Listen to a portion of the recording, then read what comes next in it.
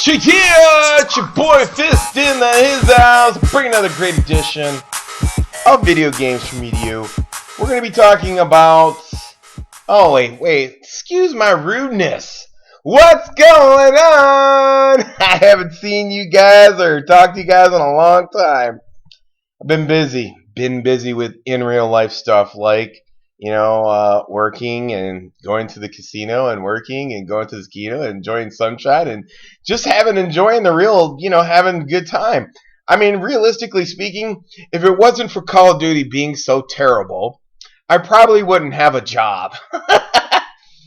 Oh my goodness. I mean, Call of Duty became so boring that it was better to go to work.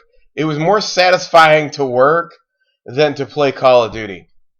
Not that I needed to work, but I was just bored. And anyways, that's another story in itself. I'll maybe cover that another time. But I want to talk about. Finally had time to do this video, and I want to talk about how you guys have to realize that if you're a Black Ops 2 fan, if you're a Call of Duty fan, is after watching all of this hoopla and how that they rolled out their marketing ploy on Black Ops 3, I want you guys to realize a couple things. And this was after I watched a couple of videos and watched the Black Ops 3 interview and watch how they rolled this out in the beginning, is that first of all, from the beginning, Black Ops 3 was rolled out through Snapchat and the secretive stuff, and then Star Wars came along with Warner Brothers or whoever it is. I think it's Disney, Warner Brothers, one of those two. This Star Wars is going to be a Goliath in the social media stratosphere that cannot be stopped. So Call of Duty had to come out with some other idea. They had to find a niche in order to put themselves on the map socially. And the fact that it's kind of two-faced in so many ways. In one way, that they marketed it through a bunch of YouTubers that strictly only post videos to make money off of Call of Duty, and vice versa. Treyarch and Activision use them to promote their video. But that's not the real agenda. If you watch the Black Ops 3 interview, you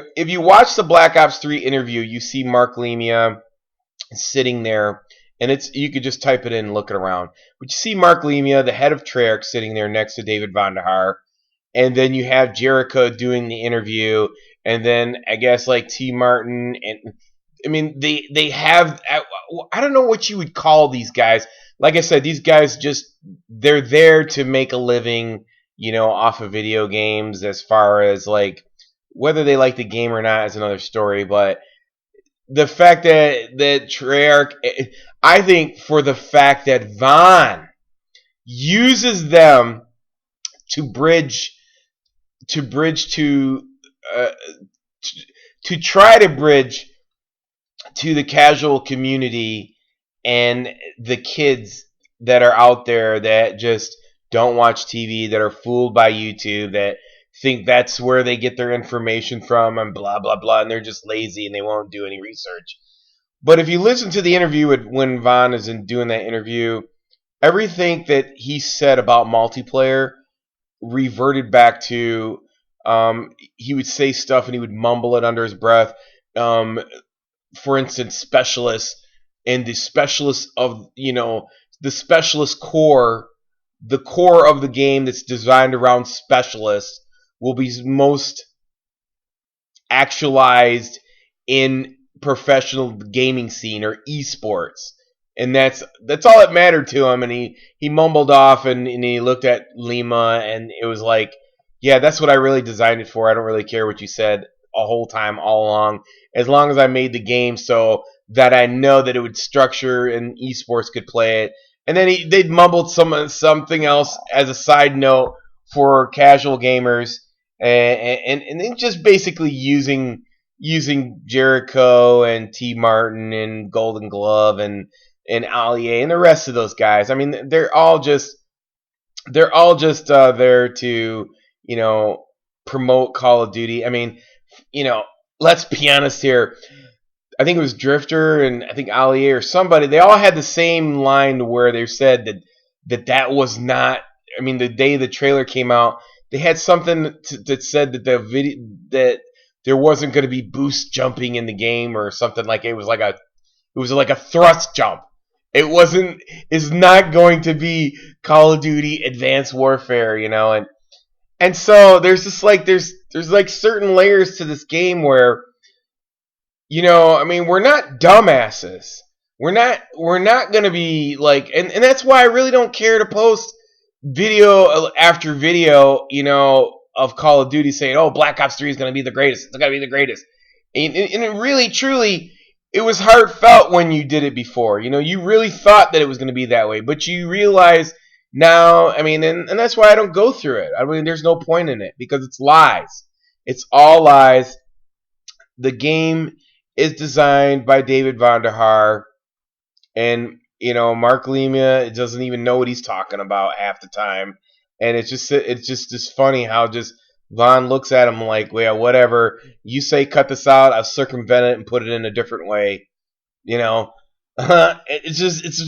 hilarious, and so this whole agenda of let's use the YouTube casual so-and-so community to promote it to the people who don't know any better, and that's going to be our angle because Star Wars is just going to be too expensive. There's no way that Activision can compete with that.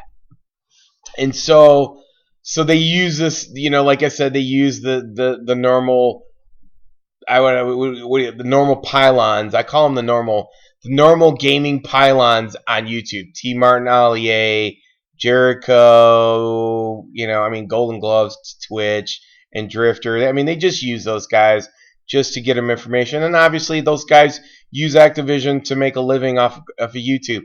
I don't have a problem with that, but it's not indicative of how real people feel about the game or how it should be.